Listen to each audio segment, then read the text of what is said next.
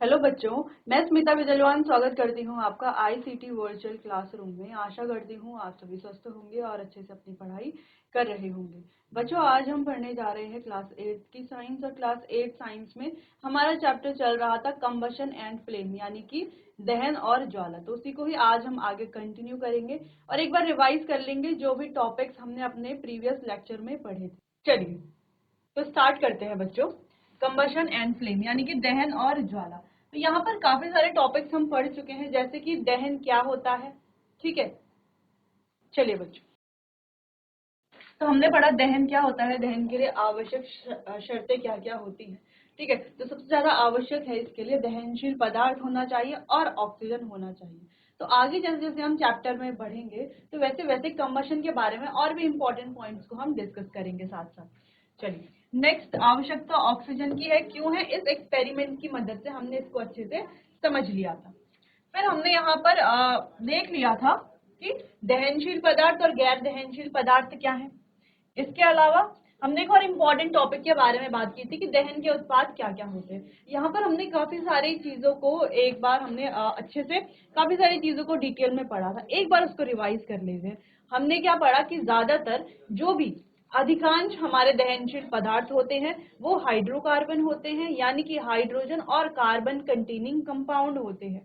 तो जब इनका दहन किया जाता है, ठीक है, तो मेनली जो है carbon dioxide gas, heat, water, ये सारी चीजें प्रोड्यूस होती है। ये सारा एज अ प्रोडक्ट हमें मिलता है। और जितने भी हमारे ये हाइड्रोकार्बन है बच्चों, हाइड्रोकार्बन यानी कि जो भी हमारे फ्यूल्स है, अलग अलग जो भी ईंधन है, उनमें ज्यादातर क्या पाए जाते हैं? हाइड्रोकार्बन पाया जाता है। जैसे कि हम बात करते हैं एलपीजी, हम अपने घर में क्या करते हैं? ज्यादातर एलपीजी का उपयोग करते हैं गैस सिलेंडर्स में चूल्हा जलाने के लिए, खाना बनाने के लिए, या हम कहें कि घर में एज अ फ्यूल जो भी हम यूज करते हैं वो हमारा क्या होता है? एलपीजी होता है। तो एलपीजी का जो मेन कॉन्स्टिट्यूएंट है, ठीक है, मेन घटक है, वो क्या है? वो है ब्यूटेन, जिसका फॉर्मूला होता है C4H10। यानी कि यहाँ पर 4 कार्बन है और 10 हाइड्रोजन है। यानी कि सिर्फ कैसा कंपाउंड है? सिर्फ कार्बन और हाइड्रोजन से बना हुआ है, इसीलिए इसे क्या कहेंगे? हम हाइड्रोकार्बन कहेंगे। वहीं बात कर लेते हैं नेचुरल गैस की, जिसमें मीथेन पाया जाता है। तो मीथेन बच्चों फॉर्मूला होता है CH4, यानी कि 1 कार्बन और 4 हाइड्रोजन। यानी कि क्या पाया जा रहा है इसमें? सिर्फ कार्बन और हाइड्रोजन, इसीलिए इन्हें हाइड्रोकार्बन कहा जाता है। तो गैस जो यहाँ से प्रोड्यूस होती है, एज अ प्रोडक्ट हमें मिलती है, वो होती है कार्बन डाइऑक्साइड गैस। इतना क्लियर है। इसके अलावा हमने एक और टॉपिक के बारे में बात की थी, जो कि है कंप्लीट एंड इनकम्प्लीट कंबशन, यानी कि पूर्ण दहन और अपूर्ण दहन। दोनों में क्या डिफरेंस है? अगर हम बात करते हैं पूर्ण दहन की, ठीक है, तो पूर्ण दहन यानी कि जो आमतौर पर दहन होता है बच्चों, वो पूर्ण दहन ही होता है, ठीक है, जहां पर कार्बन डाइऑक्साइड गैस निकलती है। और अपूर्ण दहन जो जहां पर कार्बन मोनोऑक्साइड गैस निकलती है। ठीक है, अब दोनों में गैस का तो हमें समझ में आ गया, एक में कार्बन डाइऑक्साइड, एक में कार्बन मोनोऑक्साइड। इतना क्लियर है। लेकिन बच्चों, जो पूर्ण दहन है, जहां पर कार्बन डाइऑक्साइड गैस प्रोड्यूस होती है, वो किस वजह से होती है? क्योंकि पूर्ण दहन में जो ऑक्सीजन है वो पर्याप्त मात्रा में मिल जाती है कंबशन के लिए, दहन के लिए, इसीलिए कार्बन डाइऑक्साइड गैस प्रोड्यूस होती है। लेकिन जो अपूर्ण दहन है, वो अपूर्ण दहन इसीलिए है क्योंकि वहां पर ऑक्सीजन की पर्याप्त मात्रा नहीं मिल पाती। इस वजह से यहाँ पर जो गैस प्रोड्यूस होती है वो होती है कार्बन मोनोऑक्साइड। क्लियर है इतना? ठीक है, कि पूर्ण दहन कब होता है और अपूर्ण दहन कब होता है, पूर्ण दहन में क्या प्रोडक्ट बनता है और अपूर्ण दहन में क्या प्रोडक्ट बनता है, इतना आपको क्लियर होना चाहिए। चलिए, अब चैप्टर को आगे बढ़ाते हैं और बात करते हैं दहन के प्रकार के बारे में, जो कि एक इम्पॉर्टेंट टॉपिक है। अब यहाँ पर हम अलग अलग दहन के प्रकार पढ़ेंगे, क्योंकि सिर्फ हमें जो ये दहन दिख रहा है ना, तो सिर्फ एक ही प्रकार का दहन नहीं होता, ठीक है, अलग अलग प्रकार के दहन होते हैं। तो जब हम इनके अलग अलग प्रकार पढ़ेंगे तो आपको समझ में आएगा कि किस बारे में हम बात कर रहे हैं। चलिए, तो सबसे पहला, दहन की दर के आधार पर दहन को मोटे तौर पर 2 श्रेणियों में विभाजित किया जाता है। तो इसको 2 श्रेणियों में हम विभाजित करते हैं, ठीक है। चलिए, तो सबसे पहले फर्स्ट वाला देख लेते हैं। सबसे पहला है हमारे पास तीव्र दहन। अब ये जो तीव्र दहन है, ये कैसा दहन होता है? जिसमें बहुत कम समय में बहुत बड़ी मात्रा में ऊष्मा और ऊर्जा निकलती है, ठीक है, जिसमें कम समय में कम समय में बड़ी मात्रा में ऊष्मा और प्रकाश यानी कि हीट एंड लाइट प्रोड्यूस होती है कम समय में। ठीक है, जैसे कि एलपीजी के दहन की हम बात करें, जैसे एलपीजी का दहन। ठीक है, तो जो हमारे घरों में एलपीजी चल रहा है या लकड़ी, जैसे लकड़ी है, ठीक है, तो लकड़ी के दहन को क्या हम तीव्र दहन कह सकते हैं? हाँ, हम कह सकते हैं। ठीक है, चलो, तो यहाँ पर देखो तीव्र दहन के लिए क्या क्या होता है। देखो तीव्र दहन में क्या क्या निकलता है। सबसे पहले हीट एंड लाइट, यानी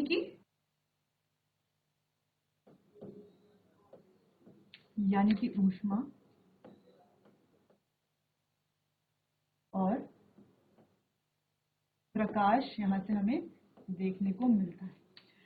पहला पॉइंट तो ये हो गया। ठीक है, ये हो गया पहला पॉइंट। दूसरा पॉइंट क्या है?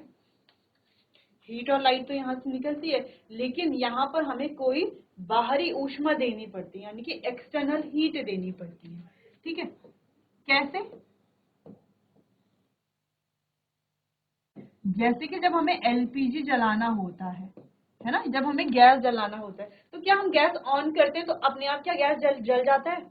नहीं जलता ना, हमें बाहर से माचिस की मदद से या लाइटर की मदद से क्या करना पड़ता है, वहां पर एक क्या देनी पड़ती है, चिंगारी देनी पड़ती है, यानी कि एक्सटर्नल हीट देनी पड़ती है। यहाँ पर जब हम बाहर से कोई हीट देंगे तब जा करके ये क्या होगा, बर्न होगा, है ना, ये जलेगा और हमें ऊष्मा और प्रकाश देखने को मिलेगा। ठीक है, चलिए, इतना क्लियर है, इतनी बात समझ में आई। तो एग्जाम्पल की बात की, जैसे हमने एग्जाम्पल है जैसे एलपीजी, एलपीजी का दहन। अच्छा, एलपीजी की फुल फॉर्म आपको आनी चाहिए, लिक्विफाइड पेट्रोलियम गैस। ठीक है, एक प्रकार की कैसी गैस है, पेट्रोलियम गैस ये है, जिसको लिक्विफाई किया जाता है, यानी कि तरलीकृत किया जाता है। कैसे? हाई प्रेशर पर और कम टेम्परेचर पर, जिससे ये लिक्विफाई हो जाए आसानी से, फिर इसको सिलेंडर्स में भर करके स्टोर किया जाता है। ठीक है, चलिए, ये बात हो गई तीव्र दहन की, इतना आपको नोट कर लेना है। फिर आगे बढ़ते हैं और दहन के अन्य प्रकारों के बारे में बात करेंगे।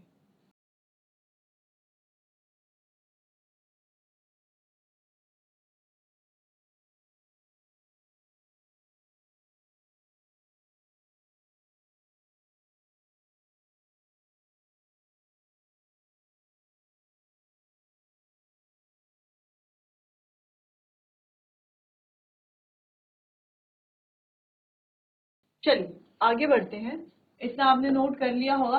अगला है हमारे पास धीमा दहन। इस प्रकार का दहन बहुत धीरे धीरे, नेक्स्ट, यह धीमा दहन। इस प्रकार का दहन बहुत धीरे धीरे और कम तापमान पर होता है। उदाहरण के लिए श्वसन धीमे दहन का एक उदाहरण है। ठीक है, अच्छा, ये इतना ज्यादा इंपॉर्टेंट नहीं है। ठीक है, मेन हमारे पास ये तीन है। कौन से तीन? एक तो तीव्र दहन, स्वतः दहन और तीसरा हमारे पास विस्फोट। ठीक है, धीमा दहन भी एक प्रकार है, तो ये आपको ध्यान रखना है। जैसे श्वसन की प्रक्रिया तो धीमे धीमे हो रही है ना, धीमा दहन का ही ये एक एग्जाम्पल है। ठीक, अगला है हमारे पास स्वतः स्फूर्त दहन, यानी कि स्पॉन्टेनियस कंबशन भी जिसे कहा जाता है, और तीव्र दहन को बच्चों कहा जाता है रैपिड कंबशन।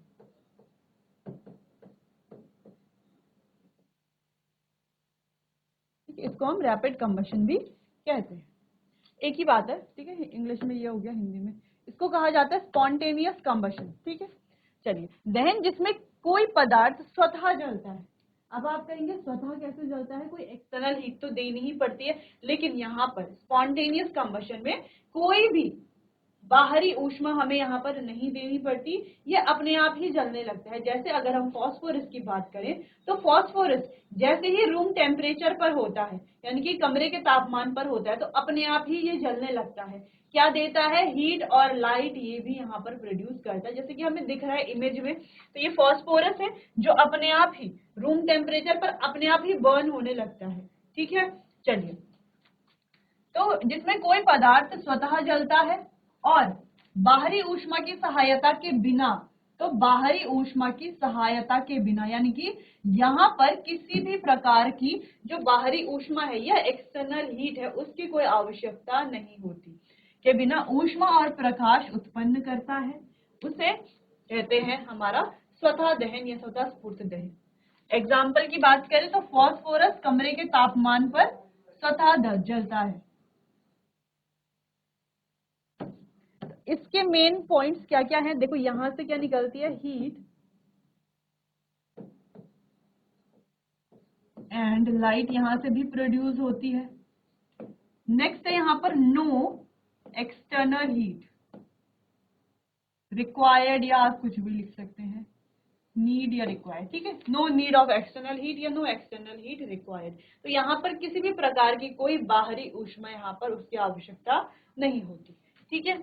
चलिए, और तीसरी चीज ये है, जैसे फास्फोरस का एग्जांपल हमने लिया कि फास्फोरस जो है रूम टेम्परेचर पर अपने आप बर्न होने लगता है, ठीक है। क्या इसके अलावा और भी एग्जांपल्स हो सकते हैं? कई सारे एग्जांपल हमारे पास हो सकते हैं। अब आपका होमवर्क है कि आपको स्पॉन्टेनियस कंबशन के कुछ और एग्जांपल्स के बारे में ढूंढना है, सर्च करना है, बुक में ढूंढना है, क्योंकि बुक में एक पैराग्राफ दिया हुआ है, ठीक है। तो आप जब बुक पढ़ेंगे, चैप्टर पढ़ेंगे, तो वो पैराग्राफ पढ़ेंगे तो आपको समझ में आएगा कि स्वतः दहन के और भी एग्जाम्पल हो सकते हैं, ठीक है। चलिए, तो ये आपका होमवर्क भी हो गया कि आपको यहाँ पर इसके और एग्जाम्पल सर्च करके आना है, ढूंढना है अच्छे से। चलिए, नोट कर लीजिए इतना।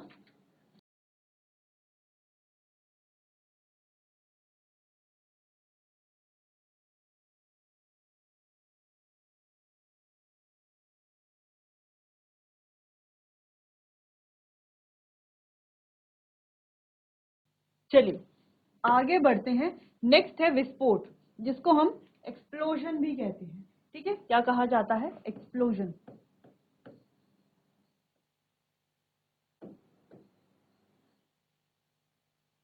ठीक। अब इसमें क्या होता है, कोई पदार्थ अचानक जलता है, ठीक है। यहां पर भी कोई पदार्थ क्या होता है, अचानक जलता है, और क्या प्रोड्यूस करता है, हीट।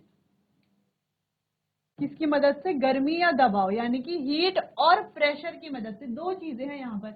अभी तक हम क्या पढ़ रहे थे, एक्सटर्नल हीट, जैसे कि हमने रैपिड कंबशन में पढ़ा, ठीक है। यानी कि तीव्र दहन में क्या हमने पढ़ा कि यहाँ पर किसकी आवश्यकता होती है, यहाँ पर बच्चों जो है बाहरी ऊष्मा की आवश्यकता होती है रैपिड कंबशन में, ठीक है। तो बाहरी ऊष्मा की आवश्यकता के कारण जब वो हमारा पदार्थ जो है, जो भी दहनशील पदार्थ वहां पर है, जब वो बर्न होता है तो हीट और लाइट प्रोड्यूस करता है, ठीक है। जब हमने स्वतः दहन की बात की तो यहाँ पर तो किसी भी प्रकार की कोई एक्सटर्नल हीट की आवश्यकता नहीं होती, और यहाँ पर भी हीट और लाइट प्रोड्यूस होता है जब हमारा जो पदार्थ है, दहनशील पदार्थ है, वो दहन करता है, बर्न होता है। लेकिन विस्फोट की अगर हम बात करें तो यहाँ पर या तो हमें एक्सटर्नल हीट देनी पड़ेगी या तो हमें दबाव देना पड़ेगा, ठीक है। या तो हीट या तो एक्सटर्नल प्रेशर, इन दोनों की मदद से क्या होगा, यहाँ पर कंबशन होगा। और कंबशन में तीन चीजें यहाँ पर उत्पन्न होती हैं, हीट और लाइट तो दोनों में प्रोड्यूस होती थी, यहाँ पर भी प्रोड्यूस होती होगी,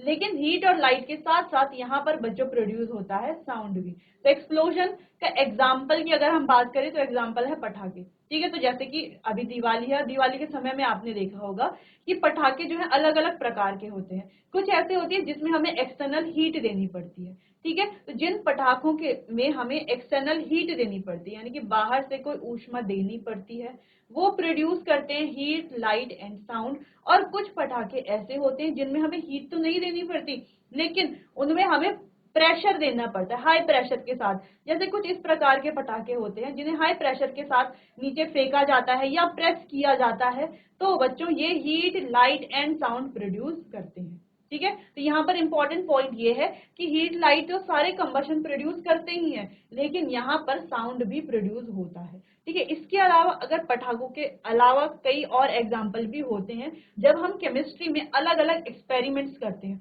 तो वहां पर हम देखते हैं कि अलग अलग गैसेज होती हैं, जैसे हाइड्रोजन गैस है, इसके अलावा बहुत सारी गैसेज होती हैं, ठीक है। या और भी कुछ एग्जाम्पल आप देख सकते हो। तो जब ये कोई भी रिएक्शन होती है तो हीट, लाइट के साथ गैस प्रोड्यूस होती है, और इस गैस को जब हम बर्न करते हैं तो ये पॉप साउंड आता है, या कोई साउंड के साथ ये बर्न होती है कुछ कुछ गैसेस, ठीक है। तो वो क्या क्या होती है, जैसे जैसे आप हायर क्लासेस में जाएंगे तो एक्सपेरिमेंट्स को आप देखेंगे और ज्यादा आप जो है इसको अच्छे से समझेंगे कंबशन के बारे में। फिलहाल आपको यहाँ पर कुछ जो है बेसिक बेसिक चीजें समझनी है।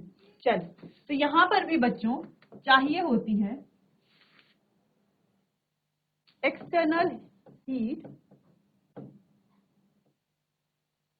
External heat and pressure. ठीक है, एक्सटर्नल हीट के साथ साथ एक्सटर्नल प्रेशर भी। दूसरी चीज यहां पर प्रोड्यूस होता है heat, common light, and important है साउंड। अच्छा, साउंड इंपॉर्टेंट क्यों है? क्योंकि देखो हीट और लाइट, तो बाकी जो कंबशन हमने पढ़े तीव्र दहन और स्वतः दहन, वहां पर भी हीट और लाइट तो प्रोड्यूस हो ही रही है, लेकिन यहाँ पर थोड़ा डिफरेंट है, साउंड भी प्रोड्यूस होता है, इसलिए तो इसे विस्फोट कहा जाता है, एक्सप्लोजन कहा जा रहा है। ठीक है, तो एग्जाम्पल की बात आ गई, जैसे कि हमारे फायर क्रैकर्स, ठीक है, क्रैकर्स यानी कि पटाखे, तो पटाखों का फटना, तो कैसे फटते हैं? या तो गर्मी से, या तो दबाव से, या तो हम कोई एक्सटर्नल हीट देते हैं, या तो एक्सटर्नल प्रेशर। कुछ ऐसे हैं जिनमें एक्सटर्नल हीट प्लस प्रेशर भी देना पड़ता है। ठीक है, चलिए, तो क्लियर है इतना? तो तीनों चीजें आपको समझ में आ गई। तो दहन के 3 प्रकार हैं मेनली, ठीक है, जो कि है तीव्र दहन, स्वतः दहन और विस्फोट। वो क्या क्या है, उनके क्या क्या एग्जाम्पल है, हम अब पढ़ चुके हैं। चलिए, तो ये लास्ट वाला विस्फोट जो है इसको आप नोट कर लीजिए, फिर आगे चैप्टर को कंटिन्यू करते हैं।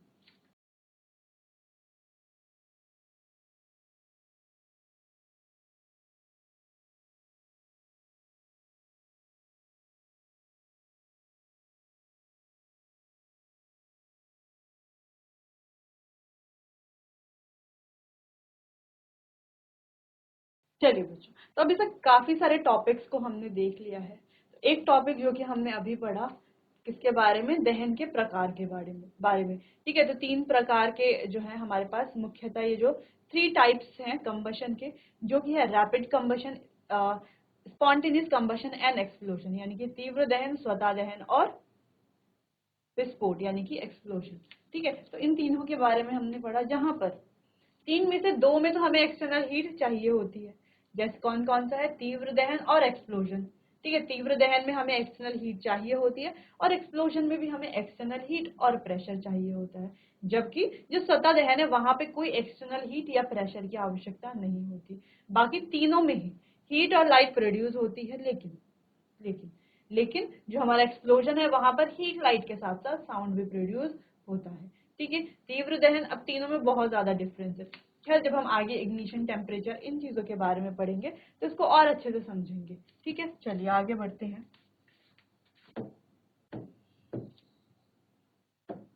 नेक्स्ट है वायु आपूर्ति की मात्रा और उत्सर्जित उत्पादों के आधार पर दहन को 2 प्रकारों में वर्गीकृत किया है। देखो, पहला प्रकार तो हमने देख लिया है ना। पहले उसमें अगर हम बात करें तो कंबशन के होते हैं 3 टाइप्स। एक हो गया rapid combustion, spontaneous and explosion.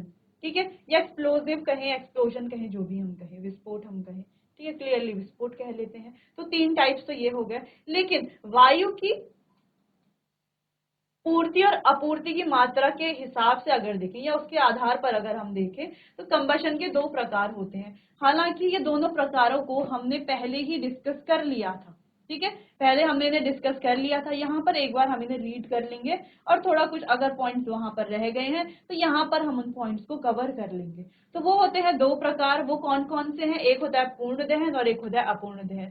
पहले हम बात कर चुके हैं कि पूर्ण दहन में वायु की मात्रा जो है वो पर्याप्त मात्रा में वायु मिलती है। वायु में क्या मेन पॉइंट कौन सा? अगर मेन कंस्टिट्यूएंट की बात करें तो वो है ऑक्सीजन, जिसकी मदद से आग जलती है, जो आग जलने की प्रक्रिया में सपोर्ट करता है।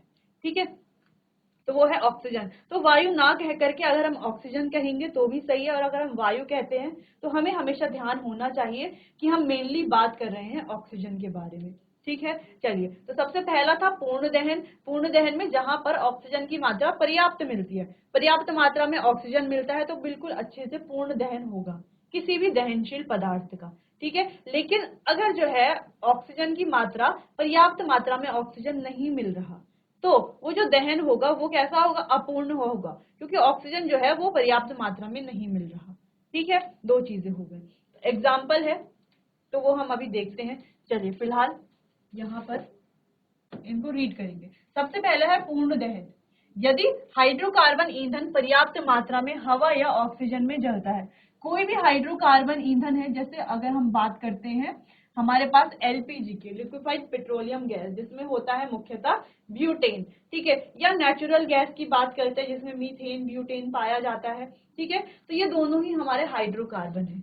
लिख लेते हैं यहाँ पर एग्जाम्पल, जैसे कि हमारा C4H10 जो कि है ब्यूटेन, CH4 जो कि है मीथेन। तो ये हमारे अलग अलग क्या है, फ्यूल्स हैं, या हम कहें ईंधन है, या हम इनको दहनशील पदार्थ कह सकते हैं। तो ये हवा में जब जलते हैं, कैसे जलेंगे, ऑक्सीजन में जलते हैं, तो दहन को पूर्ण दहन कहा जाता है। तो इस प्रकार का जो दहन है उसे पूर्ण दहन कहा जाएगा। एग्जाम्पल की अगर हम बात करें तो यहाँ पर बच्चों कार्बन डाइऑक्साइड गैस प्रोड्यूस होती है, साथ में वाटर प्रोड्यूस होता है, और प्रकाश और जो है हीट एंड लाइट भी यहाँ पर प्रोड्यूस होते हैं। यह पूर्ण दहन, तो ये पूर्ण दहन के सभी उत्पाद हैं, हीट, लाइट। नेक्स्ट है हमारा अपूर्ण दहन। तो यहाँ पर भी क्या है कि कोई भी हाइड्रोकार्बन ईंधन, यही वाले ब्यूटेन मीथेन, इनको मान लेते हैं, इनको जो है अपर्याप्त मात्रा में हवा या ऑक्सीजन, मेनली ऑक्सीजन की यहाँ पर बात हो रही है, में जलता है तो दहन को अपूर्ण दहन कहा जाता है। तो यहाँ पर मिलता है कार्बन मोनोऑक्साइड, कालिक, जिसे हम सूट कहते हैं, ठीक है, सूट कहते हैं। तो जो हम कहते हैं कोई कोई गैसेस होती है वो सूटी फ्लेम से जलती है, कोई कोई नॉन सूटी फ्लेम से जलती है, यानी कि कोई कोई गैस जब जलती है तो कालिक बनाती है, वो होता है सूटी फ्लेम, और कोई कोई गैस होती है जो कालिक नहीं बनाती, तो वो होती है नॉन सूटी फ्लेम। इसको हम बाद में डिस्कस करेंगे। बनाती है पानी, गर्मी यानी कि ऊष्मा, या जिसे हम हीट कहते हैं, प्रकाश यानी कि रोशनी या लाइट, ठीक है। तो ये अपूर्ण दहन के मुख्य उत्पाद हैं। यहाँ पर पूर्ण दहन और अपूर्ण दहन की भी बात हो चुकी, ठीक है। तो एक प्रकार तो हमने ये पढ़ा जहाँ पर तीव्र दहन, स्वतः दहन और विस्फोट है। दूसरा प्रकार हमने यहाँ पर पढ़ा जहाँ पर हमें पूर्ण दहन और अपूर्ण दहन के बारे में पता चला, ठीक है। चलिए नोट कर लीजिए इतना।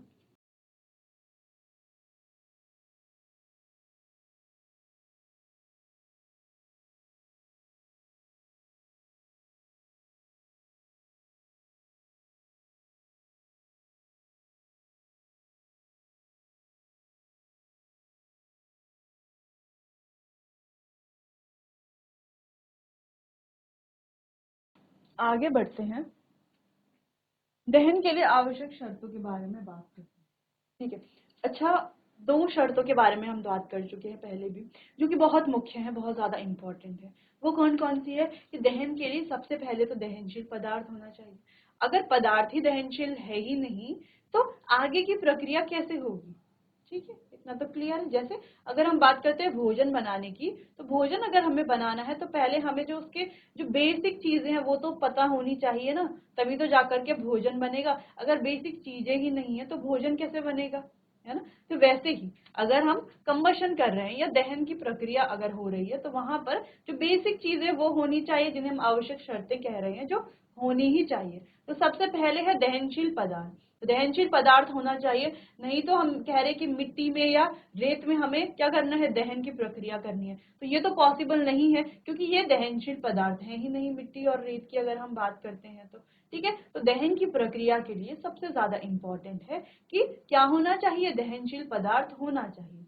जैसे कि जैसे हमारे पास लकड़ी है, कोई कपड़ा है, कागज है, कोयला है, ठीक है, कई सारे दहनशील पदार्थ होते हैं। अब तक हम कई सारे फ्यूल्स के बारे में अब हमें पता है, ठीक है, तो हम उसको बार बार रिपीट नहीं करेंगे।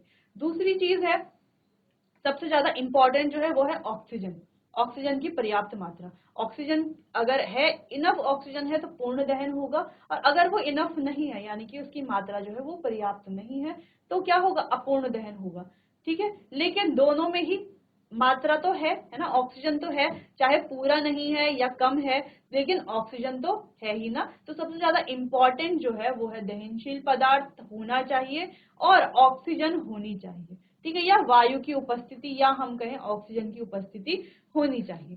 तीसरी चीज क्या है, वो बहुत इंपॉर्टेंट है, उसको हम यहाँ से रीड करेंगे और अच्छे से समझेंगे। चलिए, तो सबसे पहला हमारे पास है कि दहनशील पदार्थ की उपस्थिति होनी चाहिए। दहन केवल तभी संभव है जब पदार्थ दहनशील हो। अगर हम कह लें कि सीमेंट में हमें आग लगानी है तो पॉसिबल नहीं है, क्योंकि वो दहनशील पदार्थ नहीं है, ठीक है। तो दहनशील पदार्थ होना चाहिए। सेकंड है दहन समर्थक की उपस्थिति, दहन की समर्थक कौन करता है, कौन सपोर्ट करता है बर्निंग में या बर्निंग की प्रोसेस में सबसे बड़ा सपोर्टर कौन होता है? तो सबसे बड़ा जो सपोर्टर है बच्चों वो होता है ऑक्सीजन।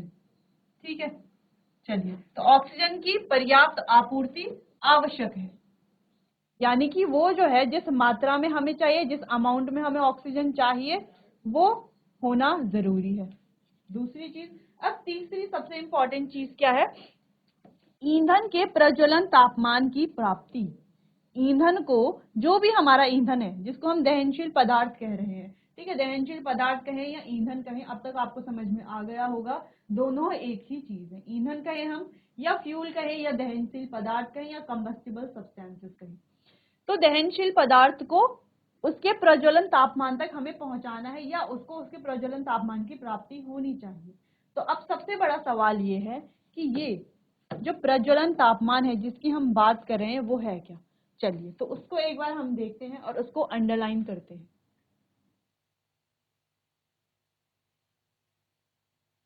वह न्यूनतम तापमान या दैट मिनिमम टेम्परेचर जिस पर कोई पदार्थ आग पकड़ता है, ठीक है, यानी कि वो तापमान, वो सबसे कम तापमान जिस पर कोई पदार्थ आग पकड़ता है और हवा की उपस्थिति में जलता है, उसे उसका प्रज्वलन तापमान कहते हैं। ठीक है, जैसे आपने देखा होगा कुछ पदार्थ तो बहुत जल्दी जल जाते हैं और कुछ पदार्थ बहुत देर में जलते हैं। जैसे अगर हम बात करते हैं कागज की, तो जैसे हम यहाँ पर माचिस की तीली जलाई, कागज को उसके ऊपर लेकर के गए, कागज जलने लगता है। ठीक है, या हमने कहीं पर मिट्टी का तेल डाला, ठीक है, मिट्टी का तेल हमने कहीं पर डाला है, ठीक है, अब हम वहां पर माचिस जला करके मिट्टी के तेल के ऊपर डालते हैं, तो जैसे ही हम माचिस मिट्टी के तेल के ऊपर लेकर के जाते हैं वहां पर जो है दहन होने लगता है, आग जलने लगती है। लेकिन क्या ये सेम लकड़ी के साथ भी होता है कि जैसे ही हम लकड़ी के ऊपर जली हुई माचिस लेकर के जाते हैं तो लकड़ी जलने लगती है? क्या ऐसा होता है? आपने देखा होगा अक्सर ऐसा नहीं होता। लकड़ी को क्या करना पड़ता है, पहले हमें काफी देर तक आग में रखना पड़ता है, यानी कि वो हीट होगी पहले आग में, ठीक है, हीट होने के बाद फिर वो जलेगी, एकदम से वो नहीं जलती। इसका मतलब क्या है कि जो लकड़ी है उसका प्रज्वलन तापमान क्या है, ज्यादा है, और जो हमारे पास केरोसिन है यानी कि मिट्टी का तेल है उसका प्रज्वलन तापमान कम है। तो जिन पदार्थों का प्रज्वलन तापमान कम होता है वो जल्दी जलती हैं और जिनका प्रज्वलन तापमान ज्यादा होता है वो देर में जलती हैं। ठीक है, इतना हमें क्लियर होना चाहिए। ठीक, तो जिनका जो देर में जलती हैं तो पहले हमें उनके प्रज्वलन तापमान तक उन्हें पहुंचाना पड़ता है। कैसे पहुंचाएंगे? उन्हें थोड़ा हीट करके, है ना, उनको हीट करते हैं, वो अपने प्रज्वलन तापमान तक पहुंचते हैं और एक टाइम ऐसा आता है जब वो आग पकड़ लेते हैं, जब वो दहन करना शुरू कर देते हैं। ठीक है, तो 3 आवश्यक शर्तें हैं। सबसे पहला दहनशील पदार्थ होना चाहिए, दूसरा जो गैस, ऑक्सीजन गैस की अगर हम बात कर रहे हैं, यानी कि कोई जो गैस जो है बर्निंग की प्रोसेस में समर्थन करती है, सहायता करती है, सपोर्ट करती है, वो गैस होनी चाहिए जो कि ऑक्सीजन है। और तीसरा जो हमारा दहनशील पदार्थ है उसको उसके प्रज्वलन तापमान तक हमें पहुंचाना है जिस वजह से वो जलेगा। ठीक, प्रज्वलन तापमान को किंडलिंग तापमान भी कहा जाता है। ठीक, चलिए, तो यदि किसी पदार्थ का तापमान उसके प्रज्वलन तापमान से कम है तो वह आग नहीं पकड़ेगा। ठीक है, जो जो उसका प्रज्वलन तापमान है, इग्निशन टेम्परेचर है, अगर कोई पदार्थ का जो टेम्परेचर उसके इग्निशन टेम्परेचर से कम है तो वो आग नहीं पकड़ेगा, हमें उसको उसके प्रज्वलन तापमान तक पहुंचाना पड़ेगा। विभिन्न पदार्थों में प्रज्वलन तापमान अलग अलग होते हैं। उदाहरण के लिए केरोसिन का प्रज्वलन तापमान लकड़ी के प्रज्वलन तापमान से कम होता है। तो देखो, जो हमने अभी बात की कि जो केरोसिन है उसका प्रज्वलन तापमान क्या है, बहुत कम है लकड़ी के प्रज्वलन तापमान से, जिस वजह से वो आसानी से आग पकड़ लेता है, और लकड़ी जो है वो आसानी से आग नहीं पकड़ पाती। ठीक है, तो इसीलिए हमें लकड़ी को जो है उसके इग्निशन टेम्परेचर या प्रज्वलन तापमान तक पहुंचाना पड़ता है। ठीक, तो वे पदार्थ जिनका ज्वलन ताप बहुत कम होता है तथा जो आसानी से आग पकड़ लेते हैं ज्वलनशील पदार्थ कहलाते हैं। तो वे पदार्थ, एक आपको डेफिनेशन याद रखनी है, वे पदार्थ जिनका ज्वलन ताप बहुत कम होता है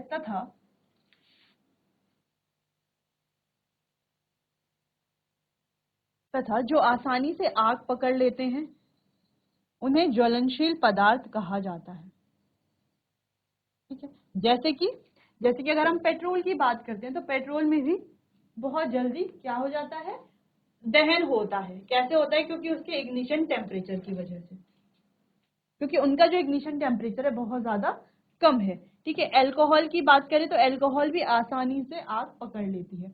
एलपीजी की बात करें, सीएनजी की बात करें तो ये भी आसानी से आग पकड़ लेती हैं। जैसे कि हमने गैस जब हम जलाते हैं, ठीक है, तो जैसे हमने गैस ऑन किया तो उसके ऊपर कोई हम एक्सटर्नल हीट लेकर के जाते हैं, जैसे माचिस की तीली लेकर के जाते हैं, तो गैस तुरंत जलने लगता है। क्यों जलने लगता है? क्योंकि गैस से निकल रही है एलपीजी, और एलपीजी का जो प्रज्वलन ताप है वो होता है बहुत कम, जिस वजह से वो आसानी से आग पकड़ लेती है। ठीक है, वहीं अगर हम लकड़ी की बात करें तो लकड़ी में हमें काफी मेहनत करनी पड़ती है जलाने के लिए। ठीक है, क्योंकि उसका जो प्रज्वलन तापमान है वो काफी ज्यादा है, जिस वजह से आसानी से वो आग नहीं पकड़ते। उनको पहले उनको प्रज्वलन ताप तक पहुंचाना पड़ता है, फिर जाकर के वो जो है आग पकड़ना शुरू करते हैं। ठीक है, चलिए नोट कर लीजिए इतना, फिर आगे बढ़ते हैं।